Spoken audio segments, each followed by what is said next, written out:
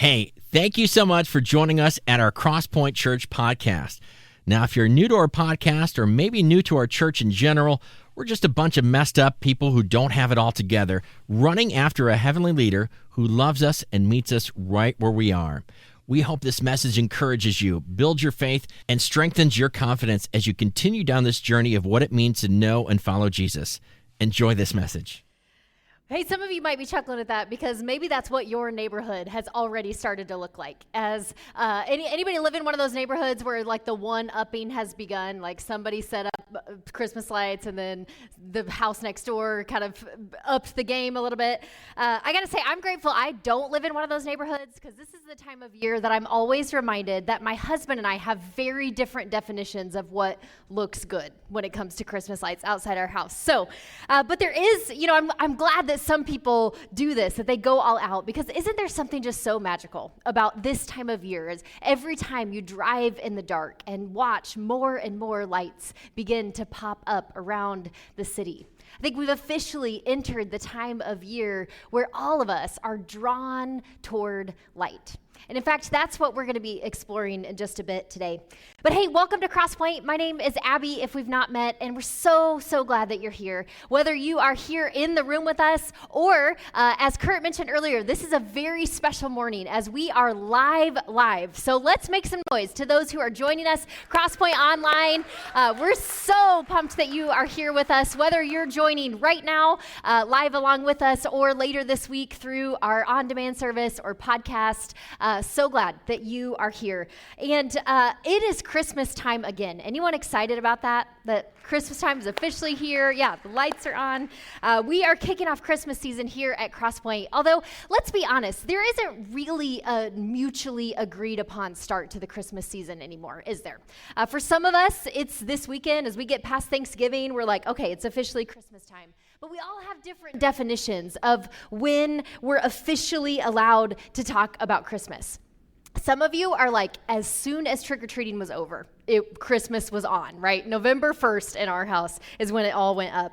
Others of you are like, okay, let's wait one more day. Let's just wait until the calendar hits December.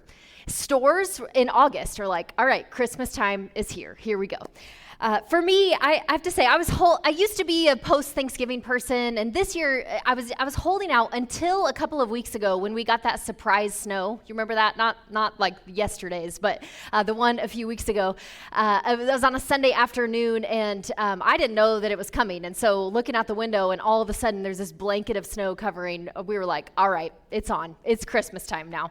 And CSM, Crosspoint Student Ministries, was actually meeting that night here, and by the time students arrived, we had the Christmas music blaring. We had like decked out the commons with some Santa hats and some snowballs, and we were ready for it. But speaking of snowballs, 1 week from today is our Elf movie experience coming here back to the venue. Yeah, we're excited about that. I'm telling you, if you are looking for something to jumpstart a little Christmas cheer this season, this is it. You don't want to miss this. I hope that you're inviting some friends to come and join you. This is a free community event open to anyone, and even Santa and Mrs. Claus didn't want to miss out this year. So super exciting. Hope that you'll be here with us. But, as I was saying, not all of us agree on when Christmas time officially begins, but today is the official beginning of a season that some call Advent. See, for some, today marks the beginning of not only Advent, but also a new year. We are in a church that traditionally follows the Christian calendar, but for those that do, they actually consider today, not January 1st, to be the turn from one year to the next, which is interesting if you think about it. Author Kate Bowler describes it like this. She says, the church, in its infinite wisdom or sense of irony, who knows, begins the year with Advent, not with fireworks or resolution, but with waiting. Tired, hopeful, skeptical waiting for a Savior who shows up as a baby. Probably not the action hero that we ordered. While Christmas is all joy-filled and fa-la-la-la, Advent is more like this. We're in the dark, holding a candle, and really hoping the light shows up soon. If if you find yourself feeling a little weary as we head into this Christmas season, maybe feeling like you aren't sure you're really ready for Christmas again, maybe this Advent perspective is exactly what you need this year. Perhaps today you walk in here finding yourself longing for some light. I think we all experience this literally this time of year when the days are so short. Ever since daylight savings hit, my 3-year-old has more than once looked out the window and asked, "Mommy, why is it already spooky?" I'm like, I mean, it's dark, it's not spooky, but I know it stinks. I wish that it wasn't. But there's lots of other ways that you may find yourself hoping some light will show up soon. For many of us, this time of year is a time where grief becomes a constant companion. As you are reminded over and over again about what is not what it used to be, or who used to be at the table who's no longer there, either for the first time or again this year. And if that's where you are, if grief is accompanying you as you walk into this season, I really hope that you'll join us coming up on December 8th for our Surviving the Holidays event. Come, experience a night where you'll find a little bit of hope and some practical tools to help you navigate the ups and downs that can come with this season. Maybe as you think about the places that you're longing for light this year, you think about all that's unfolding in our world. I've been hearing that a lot over these last few months. And if we're honest, I don't think we all mean the same thing when we say that there's a lot going on in the world right now. But what's interesting is what seems to be shared across so many dividing lines is this collective sense of heaviness, that the world is not quite as it should be.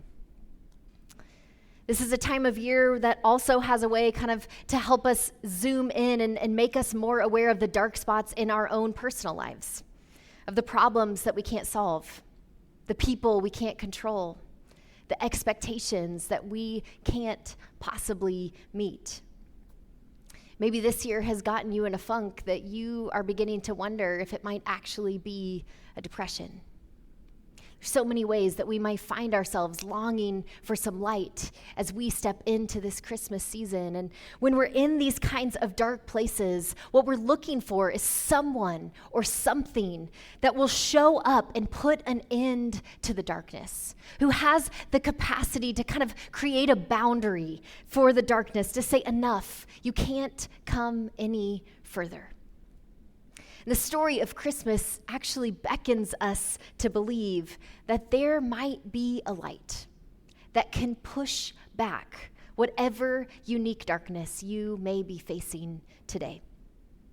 Now, often when we talk about the story of Christmas, we talk about shepherds and angels and stars and a miraculous birth. And maybe when we do, you are a person who has trouble believing any of that. If you are a person who struggles with the mystical, sometimes difficult to believe details of the story of the first Christmas, you might like the version that we're going to be looking at today that we find in the Gospel of John. Because see, John's approach is different. John's approach is to kind of take like, hey, this is what really matters. John says, when you think about the meaning behind that first Christmas, here's what I want you to understand. John doesn't actually write any details about the birth of Jesus, which is fascinating because there is this moment at the end of Jesus' life where Jesus from the cross actually says to John and to his own mother Mary, he kind of entrusts them to one another. And tradition tells us that they actually spent the rest of Mary's life taking care of each other, that Mary, Jesus' mother, followed John to the city of Ephesus, and they kind of lived in community for the rest of her years. And so John, more than anyone, would have had this firsthand access to the details of Jesus' birth story. But he doesn't decide to start there. John instead begins with a poem. And here's kind of the Cliff Note version of what John is getting at. Here's his take. First of all, he wants us to understand that Jesus' story didn't begin in a manger. That it actually began far before that, before the world even came to be. And then John lays out how in Jesus, God came to live among us, to show us both how to be human and to give us an image of what God is really like. But John wants to make clear that Jesus' coming to earth was not a backup plan. It was not this like heavenly meeting of like, oh crap, they're not getting it, and so we got to try something different. No, this was actually the plan from the very beginning. This is not a new revelation, but Jesus had actually been coming to us long before he came as flesh. From the very beginning of time, Jesus had been coming as word, as light, as life. See, this is what John means when he writes, the word, Jesus, gave life to everything that was created, and his life brought light to everyone. The light shines in the darkness, and the darkness can never extinguish it. Or in another translation, his breath filled all things with a living, breathing light, a light that thrives in the depths of darkness, blazes through murky bottoms. It's a light that cannot and will not be quenched. See, what John believed was most important for us to understand about Jesus' origin story. What he wanted to make sure that all of us who would read his words would get, even if we never got past the prologue to the rest of his account, is this: there has never been a moment when God was not coming for you. There has not been one moment in history in which God was not extending light and life to all the world. And there has never been one moment in your particular life when God has been absent. From your very beginning, God has been reaching out to you, piercing through the darkness, offering you light and life. This is what John wanted us to understand. He later records something that Jesus once said about himself. When Jesus said, I am the light of the world. Whoever follows me will never walk in darkness, but will have the light of life. Now notice, Jesus doesn't say that he points the way toward the light. He doesn't say that he helps us to find our inner light. He says, I am the light. That he is our lantern, our source, the one who lights a path for each of us. And isn't that what we long for? When you're in the dark, it's difficult to find your way on your own. Maybe you've tried that. Maybe you've tried some things this year, tried to find your way on your own, to kind of plot out a path, and you found yourself laid out in the dark.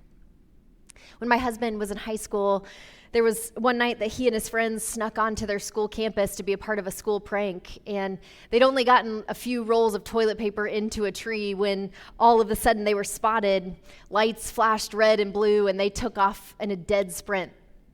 And what Brock, my husband, couldn't see as he was running through the dark was there was this makeshift fence, just like some posts and a rope. And he hit it at full speed.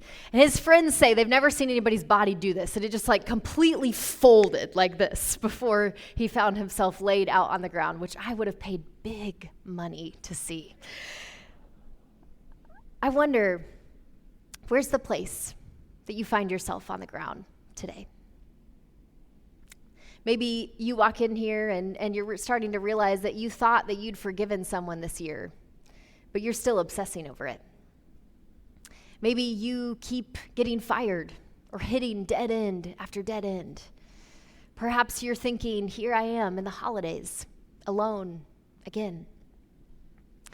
Maybe you find yourself on the ground in one of your closest relationships, where there's a dark place that you seem to go again and again, this cycle of disconnection, an argument that you keep repeating. Whatever your story, the promise of Christmas is that the story is not finished yet. In Luke's version of the Christmas story, there is this description of what Jesus' coming means for all of us. It's spoken by Zechariah after the birth of his son, but it's a promise that we're all meant to receive. Listen to these words. He says, because of God's tender mercy, the morning light from heaven is about to break upon us, to give light to those who sit in darkness and in the shadow of death, and to guide us to the path of peace. A light that illuminates the way to greater peace. Doesn't that sound great? It sounds really lovely and cozy, but let's talk about what that might actually look like, feel like in our lives. Have you ever been in the dark and someone comes in and flips on a light? Growing up, I am pretty sure that one of the ways my mom would get back at me for all the ways that I was annoying to her was how she woke me up for school. Maybe you do this to your children, or maybe your parents have done this to you. She would barge in and she would flip on the brightest lights imaginable. I swear they were surgical grade. I think she like put them in my room on purpose. And when she did, I would, like this. I just like could not orient myself to the light.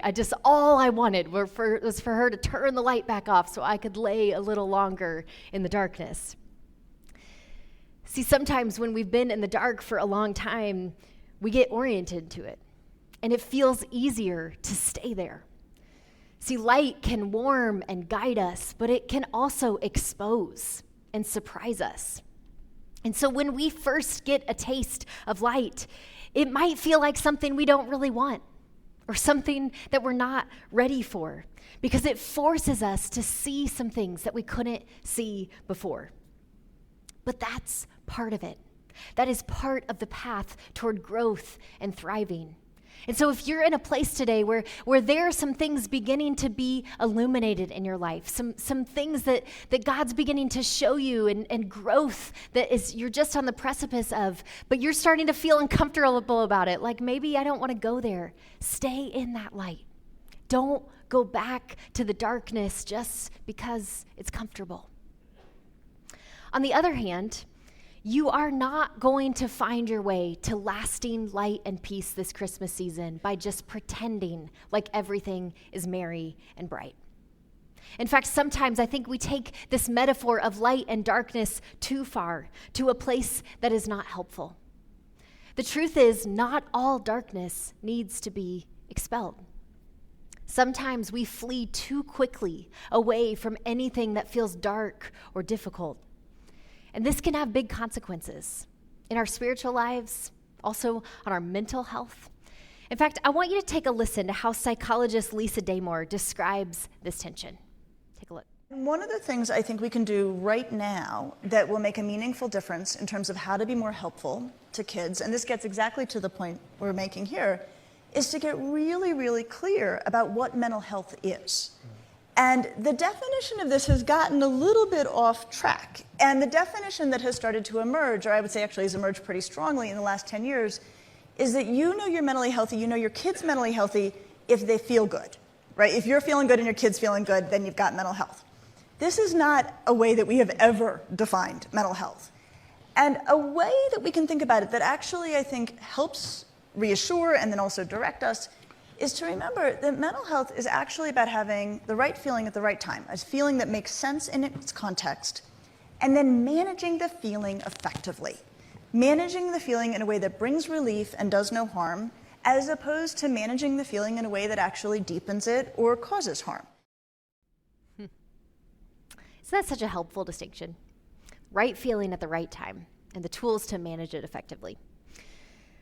See, I think what we're hearing in that, and by the way, she's got some fantastic tools for, especially if you're in a place where you're helping navigate some difficult mental health things with young people, you might want to check out some of her resources. But the reality is, in our lives, some things just are dark and difficult. And feeling the weight of that might be exactly what you need to do, at least for a time. See, the reality is there are some gifts that we only discover in the midst of the dark. Barbara Brown Taylor has a fantastic book about this called Learning to Walk in the Dark. And she defines darkness a little more broadly, that in a way that I think is also really helpful. She defines darkness this way: any situation, in which I cannot see where I'm going, spiritually, physically, emotionally, vocationally. Think about your life right now. Is there an area where you just can't quite see the path ahead, where you find yourself walking in the dark? Here's what she has to say about that perhaps you can relate to. She says, I've learned some things in the dark that I never could have learned in the light. Things that have saved my life over and over again. So that there really is only one logical conclusion. I need darkness as much as I need light. Because new life starts in the dark. Whether it's a seed in the ground, a baby in the womb, or Jesus in the tomb, it starts in the dark. Think about it. We know this. We've experienced this. The way that darkness slows us down, allows us to focus in a different way. This is part of why this room is so dark when we're here together in the venue. That, and we've promised dim lights and easy exits if you change your mind. But there's something about darkness that kind of helps us to settle in, forces us to see things in a new way, to keep searching.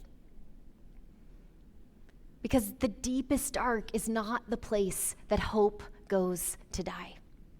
It's actually the place that hope goes to be reborn. Over these next few weeks, if you pay attention to the sky, you may notice that we are quite literally inching towards the darkest days of the year. Each day will get a little bit shorter as the sun comes a little later each morning and sets a little sooner each evening until we get to the winter solstice on December 21st, the darkest day of the year, at least for those of us in this hemisphere, where we will see the least amount of light. You're probably aware of that. But what you might not know is that for the first couple of days after the winter solstice, if you continue to pay attention to the sky, you probably won't notice any difference. See, it actually takes 3 days before the naked eye can begin to discern that the light is growing again. Before you will begin to notice the sun rising just a bit sooner than before. Which, if you're doing the math, means that Christmas morning will be the first time that we are able to see with our own eyes that light is now growing again. And with it, the promise of longer days to come, that each day will grow just a bit brighter until we reach the long summer days again. This is not by accident.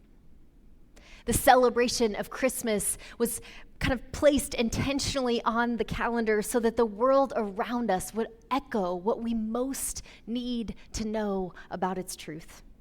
That Christmas is meant to be a source of hope, a promise to us that light is on its way.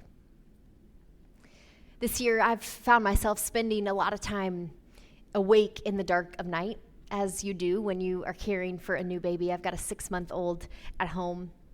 And if you've ever sat awake in a pitch black room, you've probably noticed what I've noticed on some of these nights. That as you sit there in the darkness, at first, all you see is darkness. But the longer you sit, the more you begin to all of a sudden notice some tiny flickers, small sources of light. As I would sit there feeding my daughter, I would begin to see a red light on the monitor, moonlight beginning to crack through the curtains, glimmers of light popping up. This, I believe, is the invitation of these next few weeks, these days between now and Christmas morning, that we might settle into the darkness long enough to begin to see the light that is coming for us. Perhaps even the light that is already with us. In fact, I want to encourage you before we go from this place today to actually make a plan, to look for that light, to seek out the light that is life. Perhaps to ask Jesus to begin to bring some light into those dark places of your life, to guide you toward a path of peace. A few ideas I would encourage you to try as you think about how you might do that this season. One is we are tomorrow going to begin a 25-day Christmastime reading plan. And this may be something that you want to opt in as a tool to join us. Sign up to join us. You'll get a little bit of hope in your inbox each morning. That will just be a reminder to prompt you to spend some time searching each day for the source of light. This is one small way that we can journey together through these days leading up to Christmas and to pay attention to what God is up to in our lives. The first couple of days, everyone who's subscribed to our normal email list will get this, but after that, you'll have to opt into this. So if you hit this QR code, it'll take you to a place where you can sign up to join us for that journey. Another idea I would encourage you to try this week is to take some time over the next couple of days to sit down with your calendar, to make a list of your kind of plans and priorities over the course of this time leading up to Christmas. And then to evaluate, have you left enough space? This fall, many of us were a part of a journey together, and one of the things that I keep hearing over and over again that came out of that for many of us is this realization that if we actually want to grow in the ways that we feel like God is inviting us into, the first step might actually be to slow our lives down, to think about subtraction before we think about adding. And I can't think of a time of year that this might be more important for us than this time where there's so much coming at us. There's so many demands on our schedule. There's so many opportunities available to us. And so I'd encourage you this week to just take some time to consider, have I left enough space? Have I created enough margin in these weeks to really be attentive to the things that God might want to do, to the ways that he might want to bring light? Another idea is simply to light some candles.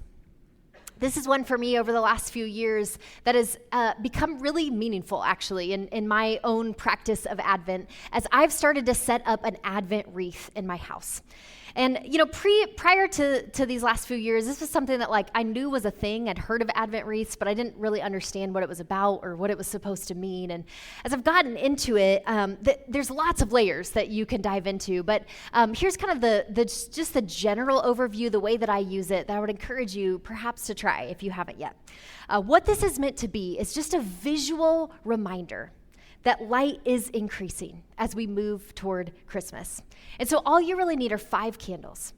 And the idea is that this week you begin by just lighting one of the 5. One candle starting today. And then next Sunday you begin to light 2.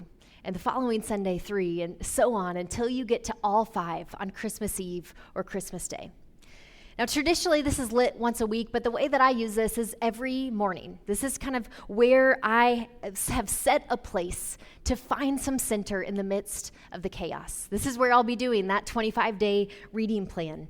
As I take a moment to light a candle and to be reminded of all of the opportunities ahead of me each day to be on the lookout for light.